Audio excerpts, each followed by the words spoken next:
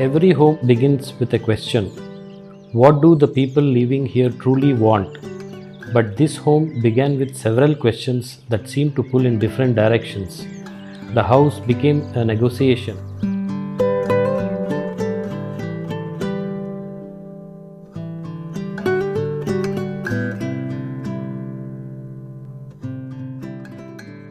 Our idea of luxury is quite understated. We like everything to be very sober and very classy in its look and appearance. And that the luxury should not only impress visually, but should also affect all of the senses and in many ways contribute to human comfort.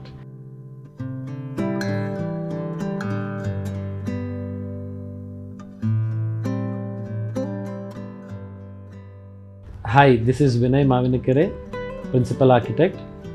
And I'm Geet Gopinath, Creative Partner at Sudaiva Studio. And we are a design build firm in Sarjapur Road, Bangalore. Join us for an exclusive home tour of the House of Dual Realities in Nagarbavi.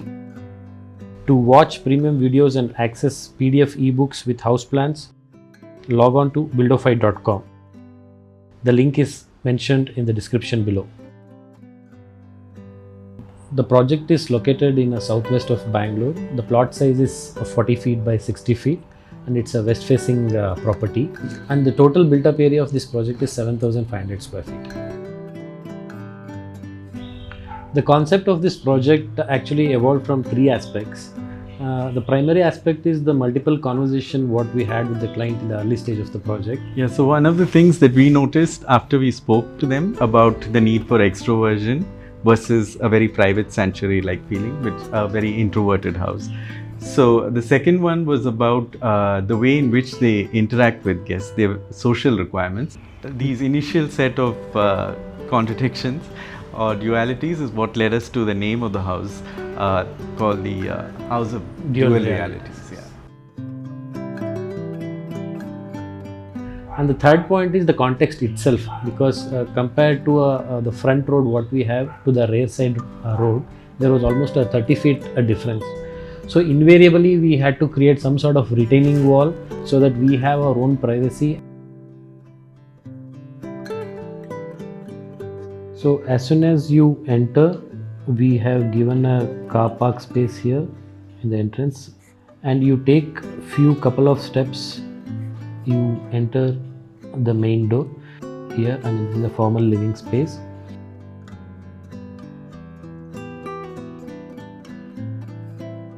So it is like an intermediate level. From this level actually you can see three different levels. That's the family space you can see, also a kitchen area you can see, and a lower level multi-purpose space. And almost we are in the rear side of the property, and we have created a nice indoor court towards the back side of the property. And also if you look at the kind of finish what we have done here, it's more like a very rugged concrete finish because we wanted to keep it more natural.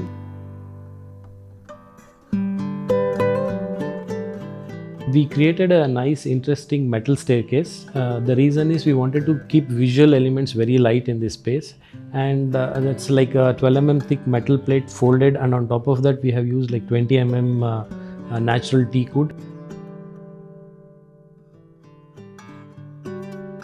Our family space along with the puja dining kitchen is a sort of heart of our entire space what we have created, and this kind of creates a overall cohesiveness in that particular flow.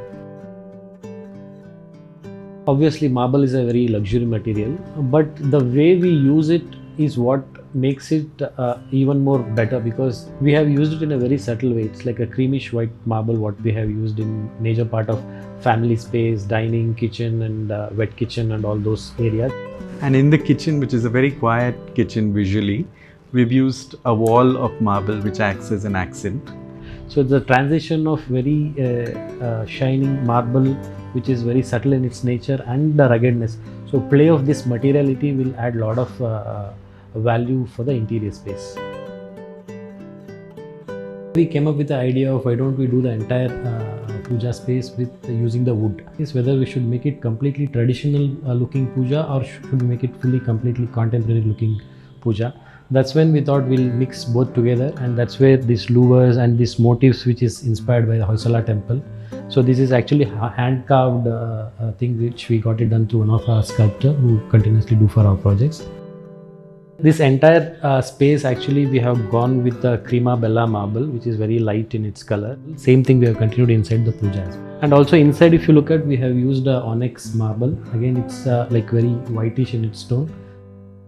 There should be a luxury, but it should not like scream out for its attention.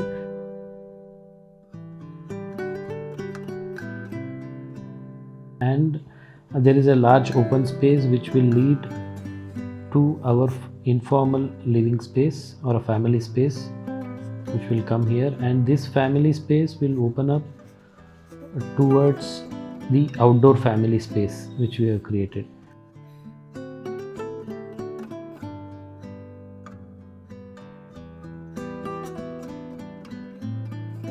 This is the extension of our indoor family space. In the indoor family space, we have a kind of jula which will actually overlook the outdoor family space right now where I am sitting. And here you can see like a built-in sitting what we have, and it also acts like an outdoor sitting. The family space will become like indoor and outdoor will become like one big space.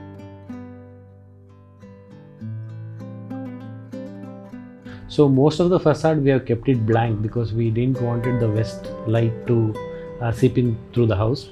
But smartly what we have done is we have actually punctured the front facade like around say 12 feet by around 20 feet, and we have introduced a balcony.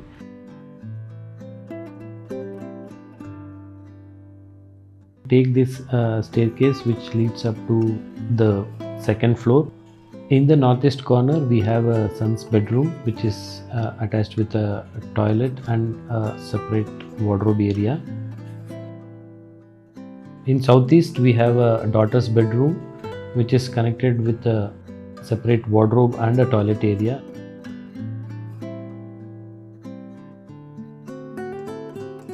We have a interesting cutout here which will connect to a first floor family space, and also you are able to see kitchen from this particular space. And towards the southwest corner we have a master bedroom, large master bedroom, which is connected with a toilet and a dressing area. From the master bedroom we have a very big like 12-foot opening which will come up to this balcony, and this balcony again have this aperture opening what you see in the outdoor living space. So these are all like interconnected spaces. So from this space you are connected to a outdoor family space and to an indoor family space. So those kind of interconnections there are very much in this particular project. This is the house of dual realities, a home built on negotiation where introversion and extroversion, formal and informal, young and old, vertical and intimate all find their place under one roof.